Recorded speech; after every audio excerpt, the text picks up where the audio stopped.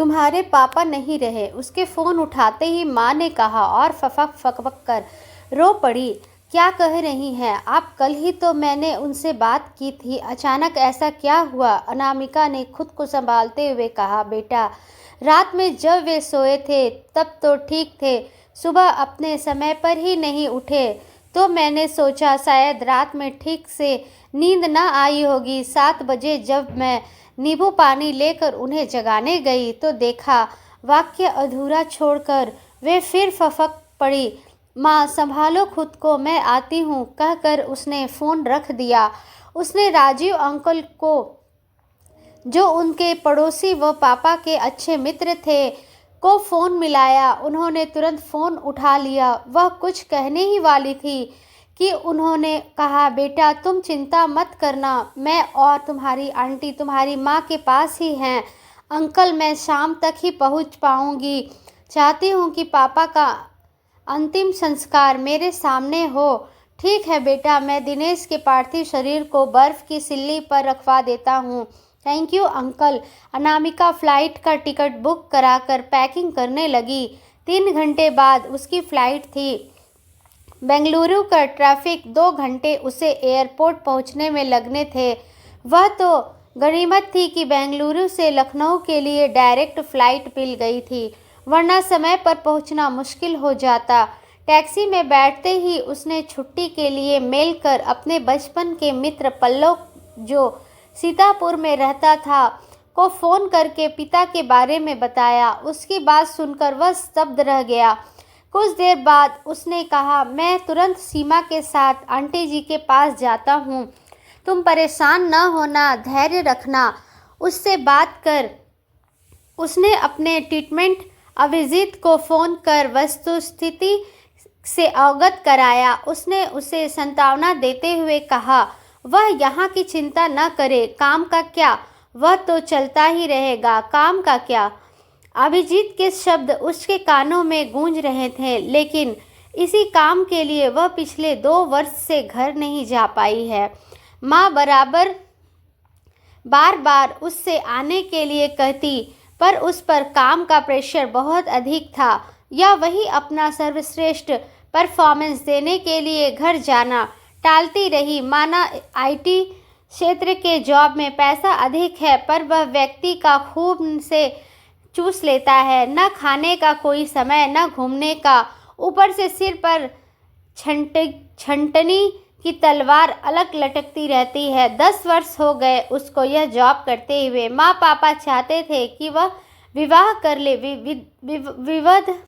विभव उसे चाहता है, उससे विवाह भी करना चाहता है, लेकिन अपने ऑफिस में काम करने वाली अपनी सखियों नमिता और सुहाना की स्थिति देखकर उसे विवाह से डर लगने लगा। परिवार बढ़ाने के लिए उनका नित्य अपने पतियों से झगड़े की बात सुनकर उसे लगने लगा कि यदि वह अपने काम के साथ घर परिवार को समय नहीं दे पाई तो उसके साथ भी यही होगा। वह 2 नावों की सवारी एक साथ नहीं कर सकती। उसके लिए उसका करियर मुख्य है। यह सब सोचते सोचते वह 32 वर्ष की हो गई, लेकिन अपनी मनोस्थिति के कारण वह कोई भी फैसला लेने में खुद को सामर्थ्य नहीं हो पा रही थी। वह समझ नहीं पा रही थी कि उसके प्रश्न का क्या उत्तर दे। तभी उसने फिर कहा, तुम कुछ कह क्यों नहीं रही हो? तुम ठीक हो तो ना बुरा ना मानना यार। मुझे अभी पल्लव से पता चला तो मुझे लगा कि तुमने उसे तो बता दिया, पर मुझे नहीं। विभव, मैं अभी बात करने के मूड में नहीं हूँ, वैसे भी बोर्डिंग शुरू हो गई है। कहते हुए अनामिका ने फ़ोन काट दिया। विभव की यही बात उसे अच्छी नहीं लगती थी। हमेशा शिकायतें ही शिकायतें। और समय तो ठीक है, पर आज ऐसे समय में भी वह यह नहीं सोच पा रहा है कि मैं कितनी परेशान हूँ। सांत्वना के 2 शब्द कहने के बजाय आज भी सिर्फ शिकायत। जिस एयरपोर्ट पर था, लेकिन मन पर पहुँच गया था। पापा के पार्थिव शरीर को पकड़कर माँ के फफक फफक कर रोने की छवि आंखों के सामने आते ही उसकी आंखों से आंसू निकल पड़े। उसे सदा से ही आंसू कमजोरी की निशानी लगते थे, किंतु आज उसने उन्हें बहने दिया। आज उसे लग रहा था कि ये आंसू ही तो है जो इंसान के दर्द को कम करने में सहायक होते हैं। माँ अब पापा के बिना कैसे अकेले रहेगी? वे तो दो जिस्म एक जान रहे हैं। कभी काम से पापा ने बाहर जाने की बात यदि छोड़ दे तो माँ पापा कभी अलग नहीं रहे। बोर्डिंग का अनाउंसमेंट होते ही उसने वर्षती आंखों को पोंछा और वह सब पहले बोर्डिंग गेट पर जाकर खड़ी हो गई, मानो उसके बैठते ही प्लेन चल पड़ेगा। सच, कभी कभी मन तो तुरंत पहुंचना चाहता है और शायद पहुंच भी जाता है, पर तन को बहुत सारे बंधनों व नियमों को मानना ही पड़ता है, बहुत सारी बाधाओं को झेलना पड़ता है। आखिर प्लेन ने उड़ान भरी ली। उसने आंखें बंद कर ली। बंद आंखों में अतीत के पल चलचित्र की तरह मंडराने लगे। उसे वह दिन याद आया जब उच्च शिक्षा के लिए लखनऊ शहर में उसका दाखिला होने के बाद पापा उसे हॉस्टल छोड़ने गए। पापा के जाने के बाद उसकी आंखें बरसने को आतुर थी, लेकिन आंसुओं को आंखों में ही रोक कर वह अपने कमरे में आकर निशब्द एक ही जगह बैठी रह गई। मन में द्वंद्व चल रहा था, आखिर वह दुखी क्यों है? उसकी यही इच्छा थी कि उसी पापा की उसकी माँ के विरुद्ध जाकर पूरी की है। उसके मन में प्रश्न था, उसके पास कोई उत्तर ही ना था। वह एक छोटे कस्बे से आई थी, जहाँ जहाँ आने से पहले वह खुश थी, वहीं अब यहाँ आकर न जाने क्यों मन में द्वंद्व था, चिंताएं थी, आशंका थी। क्या वह इस बड़े शहर में खुद को एडजस्ट भी कर पाएगी? पापा की कपड़े की दुकान थी। वे खुद तो अधिक पढ़े लिखे नहीं थे, लेकिन मन मस्तिष्क से आधुनिक विचारधारा के पोषक थे। वे चाहते थे उनकी बेटी इतनी सक्षम बने कि अगर कभी जीवन में कोई कठिनाई आए तो वह उसका सामना कर सके। पर उसकी माँ उसके दूर जाने की आशंका मात्र से ही परेशान थी। उन्हें लगता था कि उनकी भोली भाली बेटी शहर में अकेली कैसे रह पाएगी। माँ की आशंका गलत भी नहीं थी। पापा के विपरीत उन्होंने शुरू से ही दुनिया की कुत्सित नज़रों से बचाने के लिए उसे इतने बंधन में रखा था कि वह किसी से भी बात करने या अकेले नहीं कहीं भी जाने में डरने लगी थी। स्कूल भेजना तो माँ की मजबूरी थी, घर से स्कूल, स्कूल से घर, यही उसकी दुनिया थी। माँ का अनुशासन या कहें रोक टोक उसे कोई स्वप्न देखने का अधिकार ही नहीं देती थी। दाखिला करवाने के लिए कहा। पापा को भी अपनी बहन की बात अच्छी लगी, सो पापा ने इस शहर के अच्छे कॉलेज में दाखिला करवाकर स्कूल के पास स्थित महिला हॉस्टल में उसके रहने की व्यवस्था कर दी है। पापा के जाते समय पर वह फूट फूट कर रोने लगी थी। बेटा रो मत, तेरे भविष्य के लिए ही तुझे यहाँ छोड़ रहे हैं, बस अपना ख्याल रखना। तुझे तो पता है तेरी माँ तुझे लेकर कितनी पॉजिटिव है। कहते हुए पापा ने उसके सिर पर हाथ फेरा। वह बिना उसकी ओर देखे चले गए। अपने आंसुओं को रोककर वह अपने कमरे में आ गई, पर उसे बराबर ऐसा लग रहा था कि उसे छोड़कर जाते हुए पापा की आंखों में भी आंसू थे, जिसकी वजह से उन्होंने मुझे मुड़कर नहीं देखा। यह विचार आते ही वह और उदास सी हो गई। मैं अंजलि और तुम? अंजलि ने कमरे में प्रवेश करते ही कहा। मैं अनामिका। अपने विचारों के कवच से बाहर निकलते हुए उसने कहा, बहुत प्यारा नाम है, क्या करने आई हो? मैंने कहा, यहाँ जयपुरिया कॉलेज में 11वीं में एडमिशन लिया है। जयपुरिया, उसमें तो मैं भी पढ़ रही हूँ। क्या 11वीं में नहीं 12वीं में? ओह, कहते हुए अनामिका के चेहरे पर उदासी छलक आई। क्यों, क्या हुआ? अरे क्लास एक ही है तो क्या हुआ, हमारा आना जाना तो साथ होगा। अंजलि ने उसके चेहरे की उदासी देखकर कहा, वह बात नहीं है, माँ पापा की याद आ गई। अनामिका ने रोसी आवाज में कहा, मैं तुम्हारा दर्द समझ सकती हूँ। जब भी कोई पहली बार घर छोड़ता है उसकी मनोदशा तुम्हारी तरह ही होती है, पर धीरे धीरे सब ठीक हो जाता है। आखिर हम अपना करियर बनाने के लिए यहाँ आए हैं। अच्छा, बेसन के लड्डू खाओ, मैं भी कल ही आई हूँ, माँ ने साथ में रख दिए थे। अंजलि ने अनामिका का मूड ठीक करने का प्रयास करते हुए कहा, बहुत अच्छे बने हैं। अनामिका ने लड्डू खाते हुए कहा, कर लेना, बहुत ही भले हैं दोनों, तुम उन पर विश्वास कर सकती हो। मन की कसमकस को विराम देते हुए अनामिका ने उनकी गोंद में लपेटे हुए कहा। वे उसका सिर सहलाते हुए सोच रही थी कि अनामिका के बाहर जाते ही दिनेश जी ने कहा कि सावित्री, हर इंसान को समर्थ होना चाहिए जिससे वक्त ज़रूरत पर उसे किसी के सहारे की आवश्यकता ना पड़े। अब वह किसी पर अंधविश्वास नहीं करेगी, वह खुद अपनी जिम्मेदारी उठाएगी। अपनी बेटी को व्यर्थ परेशान ना करो, उसे अपनी ज़िंदगी जीने दो। अच्छे तो होंगे ही इन सब में माँ का प्यार जो मिला है। अच्छा, अब मैं चलती हूँ, थोड़ा फ्रेश हो लूँ। अपने कमरे में जा रही थी, यह कमरा खुला देखकर तुम्हारी ओर नज़र आई तो सोचा मिल लूँ। अपनी नई आई सखी से मेरा कमरा तुम्हारे कमरे से बगल वाला है, रूम नंबर 205। रात में 8 बजे खाने का समय है, तैयार रहना। हाँ, अपना यह बिखरा सामान आज ही समेट लेना, कल से तो कॉलेज जाना है, अंजलि ने कहा। अंजलि के जाते ही अनामिका अपना सामान अलमारी में लगाने लगी। तभी मोबाइल की घंटी बज उठी। फ़ोन माँ का था। बेटा तू ठीक है? सच तेरे बिना यहाँ हमें अच्छा नहीं लग रहा है, बहुत याद आ रही है तेरी।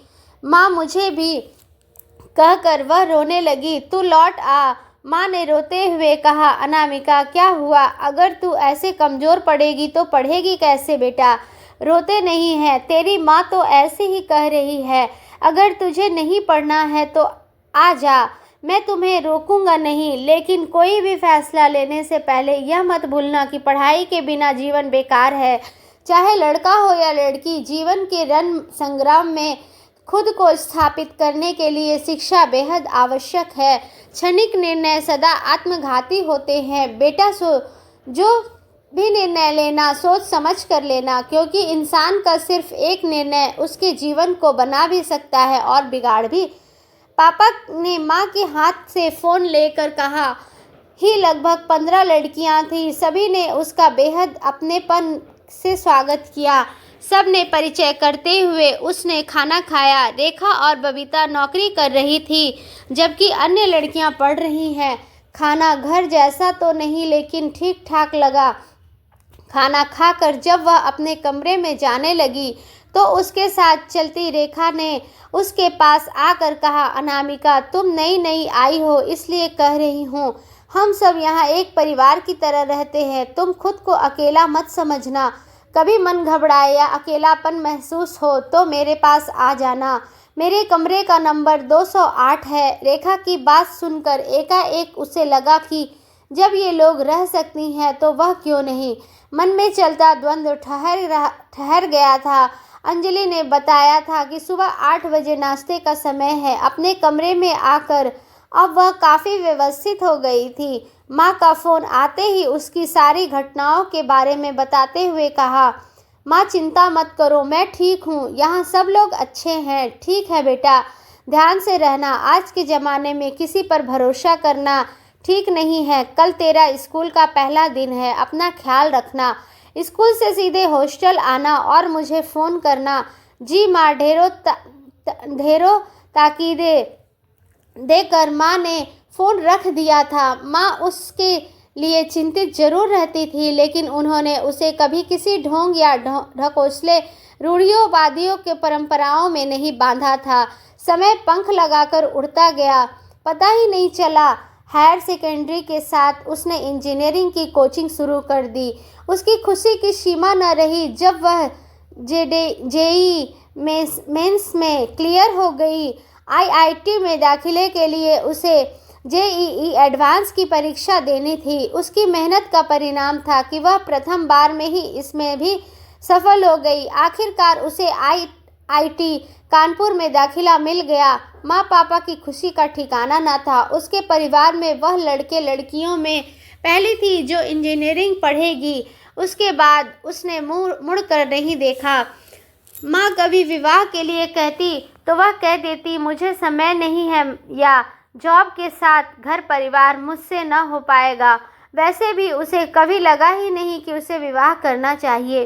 पिछले 10 वर्षों में वह कई लोगों के संपर्क में आई। कुछ लोगों ने उनसे विवाह की इच्छा जताई, पर वह आगे नहीं बढ़ पाई, क्योंकि कुछ ही दिनों में उस पर उनकी पुरुषवादी मानसिकता प्रभावी होने लगती और उसे अपने आगे बढ़ते कदमों को पीछे खींचना पड़ता। इसके साथ ही उसे यह भी लगता कि वह अपने माता पिता की अकेली लड़की है। अगर कभी उन्हें उसकी आवश्यकता पड़ी तो क्या उससे विवाह करने वाला पुरुष उसकी भावनाओं को समझेगा।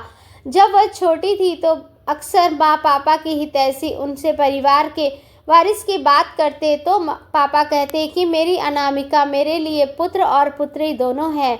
आजकल न पुत्र पास में रहता है और न पुत्री, फिर किसी से आस क्यों माना। माँ पापा उससे आस नहीं करते थे और न ही कभी करेंगे, लेकिन उम्र की भी तो अपनी बंदिशें होती हैं। उठाया उसकी बात सुनकर उन्होंने कहा, बेटा सब तेरा ही इंतजार कर रहे हैं। उसने प्लेन में बैठे बैठे ही कैब बुक करवा दी जिससे बाहर निकलते ही वह चल सके। जैसे ही वह एयरपोर्ट से बाहर निकली, कैब मिल गई और वह तुरंत ही चल पड़ी। वह कुछ तो मिस कर रही थी, शायद पापा को। दरअसल जब जब वह घर आती थी, पापा का न जाने कितनी बार फ़ोन आ जाता था, बेटा तू कहाँ तक पहुँची है, अभी आने में कितना समय और लगेगा। जब वह घर पहुँचती, माँ पापा गेट के पास खड़े उसका इंतज़ार करते मिलते। उसके पहुँचते ही गर्मा गर्म जलेबियाँ और खस्ता मिल जाती थी, क्योंकि उसे जलेबियाँ बहुत पसंद थी। आज इस समय वह सबसे अधिक पापा के फ़ोन को मिस कर रही थी। पिताजी को कंधा मैं भी दूंगी। यह कैसी बात कह रही है बिटिया, हमारे घर की लड़कियां शव यात्रा में सम्मिलित नहीं होती। तेरा भाई अमित है ना, वह बेटे की जिम्मेदारी निभाएगा। उसके चाचा अविनाश ने उसे रोकते हुए कहा, बेटा तेरे चाचा ठीक कह रहे हैं, अमित और रोमेश तो है ही। उसके मामा जितेंद्र ने कहा। उसके पीछे खड़ा उनका पुत्र रोमेश भी है, उनका समर्थन करता प्रतीत हो रहा था। चाचा जी प्लीज़ मुझे पापा के प्रति अपना कर्तव्य निभाने दीजिए। उसने मामा की बात को अनसुना करते हुए चाचा जी से कहा, बेटा लेकिन राकेश जी प्लीज़, अनामिका ठीक कह रही है। दिनेश जी के लिए वह बेटी नहीं बेटा ही थी। उन्होंने इसे उसी तरह काबिल और आत्मनिर्भर बनाया जैसा वे अपने बेटे को बनाते। इसे अपने पिता के प्रति कर्तव्य निभाने दीजिए। राजीव अंकल का सहयोग मिलते ही उपस्थिति सभी लोगों के सुर धीमे पड़ गए। उसने शुरू से अंत तक सारे कर्तव्य निभाए। उसका बचपन का मित्र पल्लव और उसकी पत्नी सीमा भी लगातार उसे सहयोग देते रहे। चाचा जी को उसकी छोटी जाति के कारण उसका आना बिल्कुल पसंद नहीं था, लेकिन वे चुप ही रहे, क्योंकि वे जानते थे कि उनके कहने का अनामिका पर कोई असर नहीं होगा। भाभी को तो होश ही नहीं है। माँ की स्थिति देखकर अनामिका सोच रही थी कि सच एक स्त्री का सारा मान सम्मान, साज श्रृंगार पति ही होता है। पति के बिना उसकी जिंदगी अधूरी है। पापा थे भी ऐसे, उन्होंने सदा अपनी पत्नी के मान सम्मान को सर्वोपरि रखा था। उसने कभी उन दोनों को झगड़ते नहीं देखा, न ही अपनी इच्छा को दूसरों पर थोपते देखा था। उसकी नज़रों में वे आदर्श पति पत्नी थे। माँ की हालत देखकर उसने छुट्टी बढ़ा ली, साथ ही उसे वर्क फ्रॉम होम की इजाज़त मिल गई थी। लेकिन ऐसा कब तक चलेगा, उसे समझ में नहीं आ रहा था कि वह क्या करे। नौकरी उसका पैशन है, जबकि माँ जिम्मेदारी। एक दिन उसे लैपटॉप पर काम करते देखकर उसकी माँ ने कहा, बेटा तेरे काम में हर्जा हो रहा होगा, अब तू अपने काम पर लौट जा। मेरी चिंता मत कर, मैं अब ठीक हूँ। नहीं माँ, आपकी खुशी से ज़्यादा मेरा काम नहीं है। मैं आपके लिए अपना जॉब छोड़ सकती हूँ, पर आपको अकेले छोड़कर नहीं जा सकती। बेटा मैं इतनी स्वार्थी कैसे हो सकती हूँ कि अपनी खुशी के लिए तेरी खुशियाँ छीन लूँ।